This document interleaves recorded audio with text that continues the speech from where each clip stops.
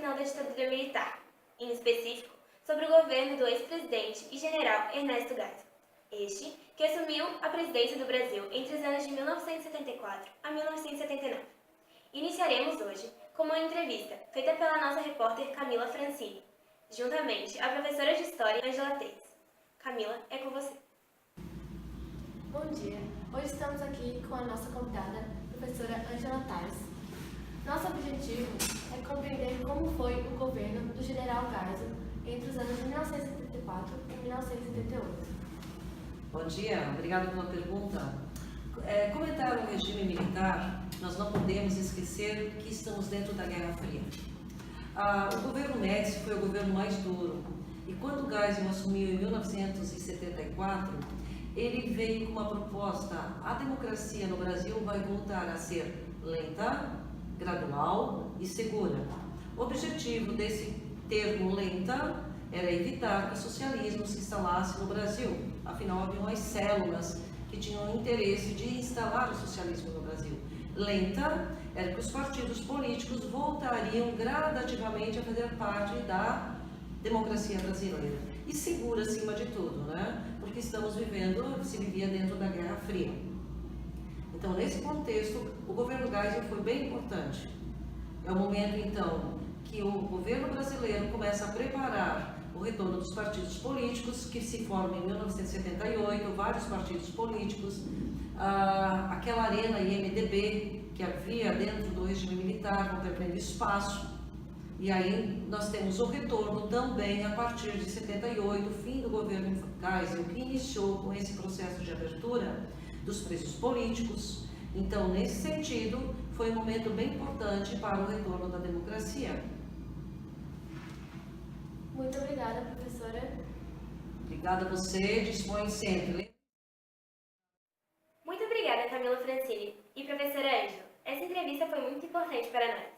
Agora passaremos para outra entrevista com o senhor José Lins da Silva, entrevistado por essa mesma repórter. Camila, é com você. Estamos aqui hoje com o senhor José Lins da Silva e ele nos contará um pouco sobre o período da ditadura militar. O que eu posso te falar é que os anos que a gente passou, na época de 70,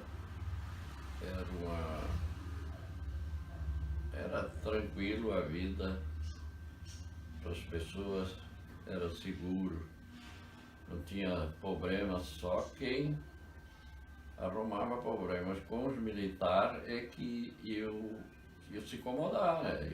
Era preso, até torturado. A gente não assistiu, mas via falar, né?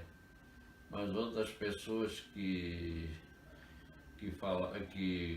viviam tranquilo, trabalhando, fazendo as suas atividades, nunca tinha problema.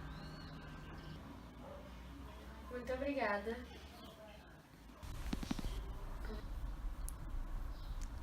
Ernesto Beckmann Geisel foi um militar e ex-presidente do Brasil, nascido em 3 de agosto de 1907, eleito indiretamente, assumindo a presidência em 15 de março de 1974, com quase 67 anos. Durante o governo Geisel, iniciou-se a transição para a democracia liberal que ele mesmo designou que deveria ocorrer de forma lenta, gradual e segura. Durante seu mandato, também se ampliaram as relações diplomáticas e comerciais com a Europa, África e Ásia. O Brasil foi o primeiro país a reconhecer o governo que assumiu Portugal após a queda do regime salazarista, em 25 de abril de 1974. Economicamente, o país estava com alta taxa de inflação e dívida externa, e para contornar a crise internacional do petróleo de 1973, investiu-se no setor energético e indústria de base, por meio do Segundo Plano Nacional de Desenvolvimento, além de serem lançados projetos de prospecção de petróleo pela Petrobras. Desde meados de 1973, já se prenunciavam desanimadoras perspectivas para a conjuntura mundial em todos os quadrantes do globo. Acentuava-se dia a dia a disrupção do sistema monetário internacional. sem que se lhe vislumbrasse solução adequada e eficaz, alcançando-se unanimidade apenas numa perplexidade geral quase de todo paralisante.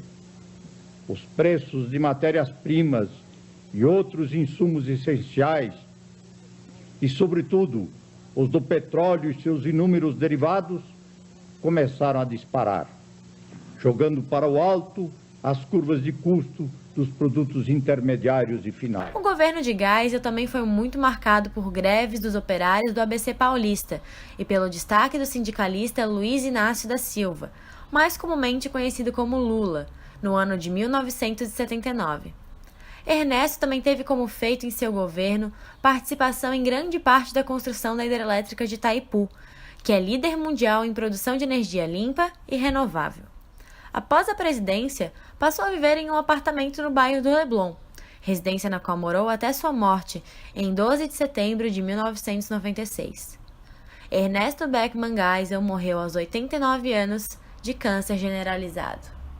E por hoje é só. Muito obrigada pela atenção e pelo carinho do público. Tenha uma ótima manhã.